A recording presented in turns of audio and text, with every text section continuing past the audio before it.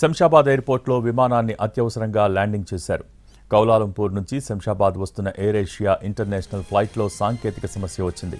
అప్రమత్తమైన పైలట్ సిబ్బంది ఏటీసీ అధికారులకు సమాచారం ఇచ్చారు. దీంతో శంషాబాద్ ఎయిర్పోర్ట్లో ఎమర్జెన్సీ సదుపాయాలు సిద్ధం చేశారు అధికారులు. విమానాన్ని సేఫ్గా ల్యాండింగ్ చేశారు సిబ్బంది. దీంతో విమానంలో ఉన్న 73 మంది ప్రయాణికులు సురక్షితంగా బయటపడ్డారు.